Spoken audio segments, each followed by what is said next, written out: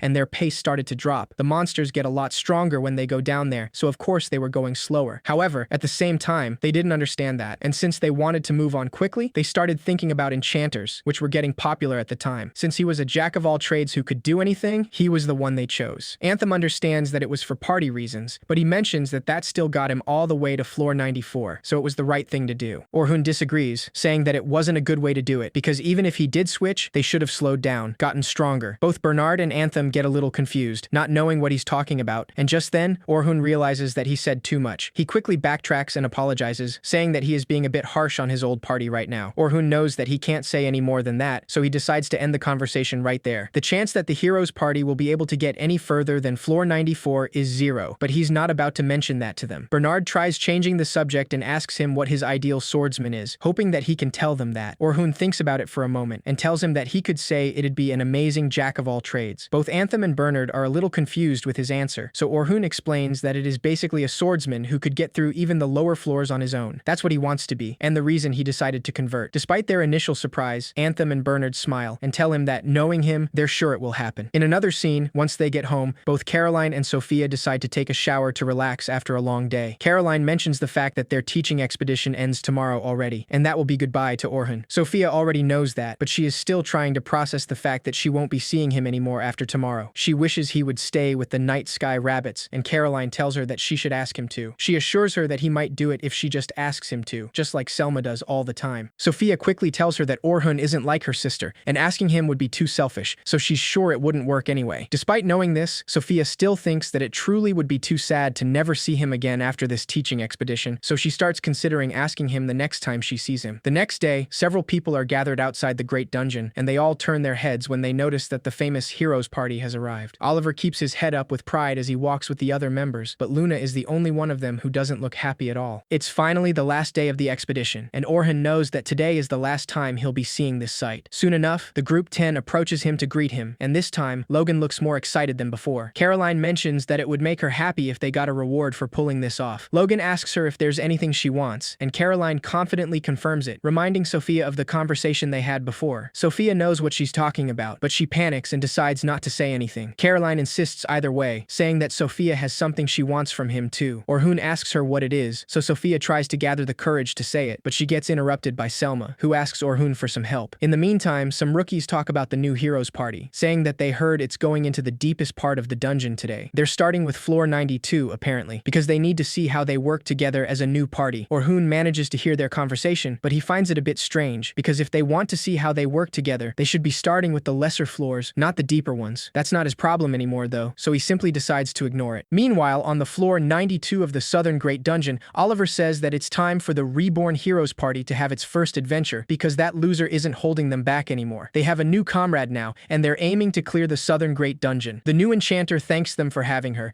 and Derek asks her to show them what she can do. Annalie assures him it'll be fine, because she's not like that jack-of-all-trades who was holding them back. Luna remains silent all the time, but Oliver believes that even she should understand after this dungeon dive that they were right. In a change of scene, we see a memory from 2 days ago when the new enchanter introduces herself as Philly Carpenter. Oliver mentions that she's a skilled adventurer who reached the 100th floor in the Western Great Dungeon, and she'll be their party's first real enchanter. Philly thanks them for this wonderful welcome party they made for her, and Derek says that they need to party now that Orhun is gone. He also mentions that he was shocked to see the accounts he was managing, because it turns out they had plenty of money. Annalie says that she doesn't know why he was so stingy, since money is no good if he doesn't use it. Philly reluctantly asks them if that money isn't for the party's activities, but Oliver interrupts her and says that that's enough about Orhun, because this is her welcome party. Everyone decides to cheer, but that's when Luna suddenly shows up, saying that she needs to check something. She doesn't recognize Philly at all, but Oliver asks her to continue, and Luna says that she heard that Orhun is going into the Great Dungeon with the Night Sky Silver Rabbits. Oliver is clearly shocked by that information, and Annalie quickly gets defensive, asking how he could end up with the rabbits after just 3 days. Derek wonders if he still thinks he's an S rank after they told him how weak he was, but Luna has no idea what they're talking about. She asks them what happened while she was gone, but Oliver only asks her to stay calm. Annalie interrupts him and tells her that that jack-of-all-trades left the party 3 days ago. Oliver confirms this, and Luna is hurt to know that he finally gave up on them. Derek quickly intervenes, saying that she's making it sound like they're the ones who got ditched, but it's the other way around, since they kicked that jack-of-all-trades out. Luna's expression changes instantly at that, but Oliver confirms this without regrets, and introduces her to their new enchanter, and Orhun's replacement, Philly Carpenter. Luna calmly mentions that she thought she had made it clear that she was opposed to anyone taking Orhun's place. Oliver tells her that she has to understand that Orhun is not strong enough for them anymore. Luna tells him that she understands nothing of the sort, because Orhun is clearly the core of this party. They only made it this far because of him, so they can't go any further without him. Annalie tells her that even though she thinks that jack-of-all-trades is something special, the rest of them doesn't, and it's too late, because no amount of complaining will change anything. Despite her frustration, Luna admits that it is too late, and Oliver is glad that she won't argue anymore. Since they're all reunited, he decides to talk about their immediate plans, since it's Philly's first time working with them. That's why, in 2 days, they'll test how they work together on floor 92, and if everything works out, they'll move to floor 94. Luna immediately lets him know that she's opposed to this, because she has no desire to end up dead. After all, even if Philly is a skilled enchanter, they should learn to work together on a lesser floor. The others don't understand what she's talking about, and Derek reminds her that they've already reached floor 93, so floor 92 should be simple. Luna reminds them that there's a black dragon down there, and they were only barely able to win last time. Derek assures her that it was because Orhun was around, and Annalie agrees, saying that without that jack-of-all-trades holding them back, it'll be easy. Luna clarifies that she doesn't want them to misunderstand this, and warns them that the black dragon is massively more powerful than them. Oliver cuts her off and says that their goal is merely to see how they work together, so they're not going to fight the black dragon. Derek contradicts him and says that they're totally going to fight it, so Luna tries to warn them that it's far too risky to go to the lowest floors without Orhun. Oliver doesn't let her finish, and clarifies that this has been decided already, so she isn't allowed to refuse. Back to the present time, they fight the monster on floor 92, but Oliver notices that his sword can't hurt it. He quickly gets out of the way before getting struck by the monster, but his body starts feeling heavy. He realizes that every time his buffs wear off, it's like his whole body is covered in weights, and he can't keep this up. Oliver asks Philly why their buffs keep wearing off, and she nervously apologizes, saying that she hasn't figured out how they all fight yet. Oliver is surprised that it takes her so long to figure out, since Orhun had everything figured out within an hour or so on the first day. Derek uses his shield to block the monster's attack, but it ends up being stronger than he expected, and it almost hits Annalie. He doesn't understand what's going on, because he used to be able to easily block stuff like that. Annalie decides to use a fire bullet to attack, but this does absolutely nothing to the monster. Her attack is so weak that even Oliver thinks that she's just messing around, but she assures him that she's doing it like she always does. Oliver then asks Philly to buff Annalie, but Philly lets him know that she already has. He asks her to do it again, and Philly quickly complies, but Annalie's attack spells are as weak as before, so she has no choice but to run away from the monster. Oliver doesn't understand what's going on, because Philly's support magic is supposed to be much more powerful than Orhun. The monster continues attacking them, and Derek barely can block the blows anymore. Oliver quickly asks Annalie to get around to its side, but the monster easily spots her and attacks her right away. Annalie panics, because this never happened before, but Oliver doesn't back down and asks Philly to watch the monster's next attack and warn them. Philly tells him that that's impossible, but Oliver reminds her that it's the enchanter's job to keep an eye on everything and understand the flow of battle. Philly apologizes apologizes, saying that it's all she can do right now to cast her support magic. Annalie calls her useless without hesitation, and Oliver tries to think about what to do because Derek and Annalie aren't as strong as they usually are, and neither is he, since he can't draw out his sword's power at all today. In theory, Philly's support magic has massively increased his physical abilities, so he doesn't understand why they're so weak. Luna can't believe that he still doesn't understand, and Oliver asks her to explain what happened to them. Annalie is just angry that she's not telling them already, since they're all comrades. Luna has no choice but to tell them, but before she can explain the reason they're weaker,